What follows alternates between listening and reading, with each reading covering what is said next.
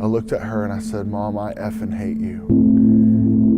My name is Kyle, and this is my fight.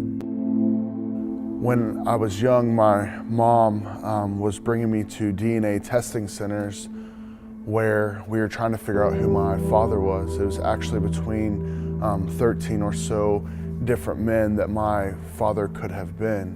When I was 8 years old, we ended up finding out that the man I knew of as my father was found dead laying on a couch.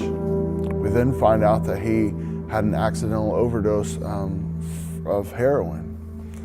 I end up, staying with my mother, and her and I really grew close together. And I just remember our bond was so strong. I mean, we really loved each other. We were friends. I mean, it was just an amazing relationship that we had. And when I was 13 years old, I remember just seeing her in the restroom over and over again. I mean, it was just, I would just see her just spend hours upon hours sitting in the restroom. So I remember one day I ended up picking the bathroom lock, and I remember just busting into the restroom, and I remember seeing my mom sitting on the toilet with a needle in her arm and shooting up. Everything was normal, everything was fine. And in that moment that I found out the truth, in that moment when I realized really who she was, it was hard for both of us to understand. She didn't know how to handle the fact that I knew. And I remember just our relationship was not the same. And so I remember my mom, she put me in my room and she yelled at me, and she told me that if I told anybody what was going on, that she would beat me. And I remember her literally putting a child lock on the inside of my door so I couldn't get out of my own room. And to punish me, she turned the breaker off to where I had no electricity in my room, and just different things, because she was so scared that I was gonna get the word out that she was doing this. And so I remember going back and just arguing with my mother, and I remember looking at my mom in the face, and I told my mom, I said, "If you love me, you will stop doing drugs." And I remember her looking at me and tears coming down, and she looks at me and she says, "Kyle, I cannot stop doing this. I'm in too much pain." I looked at her and I said, "Mom, I effing hate you." And I remember she started tearing up, and I walked into my room, and I remember going back to sleep. Around 9 a.m. I woke up and I looked down the hallway and I could see my mom's feet laying on the bed, and I remember just feeling that something was wrong. And so I started walking to her bedroom.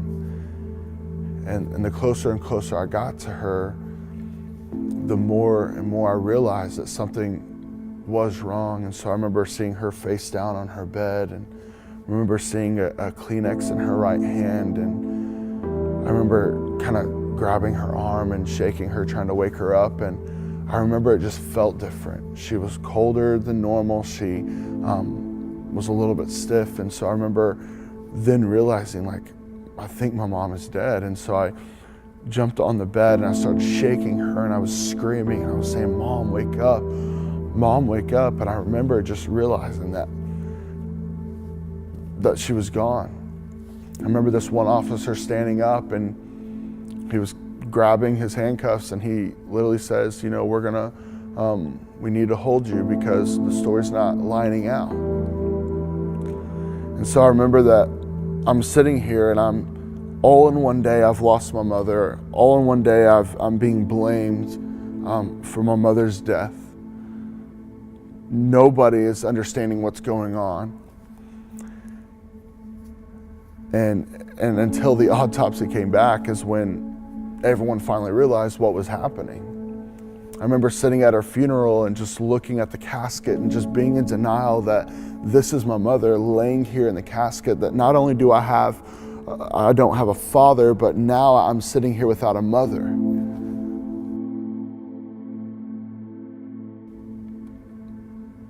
I started to become bitter, and I closed myself off to the entire world because I felt like they had no idea what I was going through, and I really felt alone. I felt like nobody else will ever be able to understand really what I'm going through. And the people who want to give me advice, who haven't been through it, I didn't want to hear anything they had to say.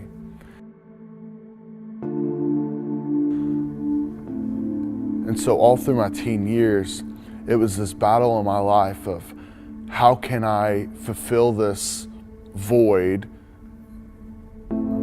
that I have. And so I did literally what everybody else was doing. I was on drugs, and I would drink almost every single night. And I even got a job at a strip club, and I was a bouncer, and I was making a lot of money. And I came to this point where I realized that I was still empty. Right before I walk into this strip club to go and bounce, I realized that there's so much more to life than this, and that I didn't have to utilize my past to push me even further down, but I could utilize my past to be able to push me forward and to be able to go and help others that are going through the exact same thing that I've gone through. And so that was the moment where I realized that there's actually something to live for. Now I have the opportunity to care for children who have lost their mother or their father. Now I have this opportunity to feed children who went hungry. Now I have this incredible opportunity of loving people in circumstances when they don't necessarily want the love, but I have this incredible opportunity to love them through their trials. It's amazing to me to see how my past is now the very flame and fire behind what I'm doing now in my nonprofit. And now that is the very reason why I fight for them every single day. If I could look back at that 13-year-old and speak to him, I would tell him, number one, you have got to put yourself in the middle of a community where people speak life into you, where people believe in you, where people want to do nothing but push you forward. And I would tell that 13-year-old that there is no other hope for you other than the hope of Jesus. And I know that sounds cliche, and I know that we hear this 24/7, but there's a difference between knowing God and actually having an experience with God. And that is what has changed my life, is not just knowing, but actually experiencing the love of Christ. And those two things are the two things that has literally changed my life. My name's Ewald, and that's my fight.